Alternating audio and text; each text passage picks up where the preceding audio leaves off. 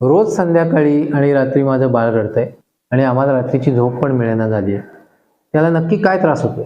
कुठल्याही त्रासलेल्या आई वडिलांचा हा प्रश्न असतो, जो रोज आम्हाला कमीत कमी 25-30 वेळा तरी विचारला जातो.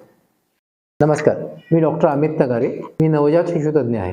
याचं जे कारण आहे, याचं कारण त्याच्या नावातच आहे. याला इंग्लिशमध्ये इव्हनिंग कोलिक म्हणतात. म्हणजे संध्याकाळच्या गार हवेच्या वेळी जेव्हा बाळांचं पोट दुखतं आणि ती रडायला लागतात, त्याला आपण म्हणतो इव्हनिंग कोलिक.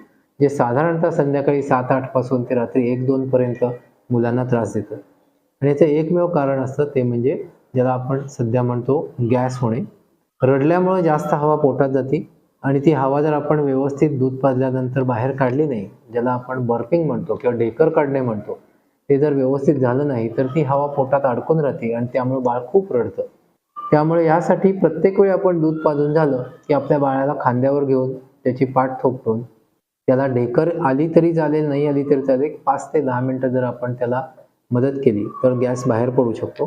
त्यानंतर आपण बाळाला डाव्या कुशीवर झोपवू शकतो 5 ते 10 मिनिटं. त्याच्यामुळं बाळाची गॅस बाहेर पडण्याच्या प्रक्रियेला मदत होते.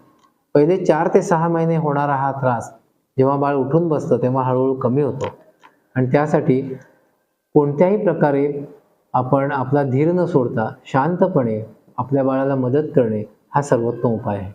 धन्यवाद.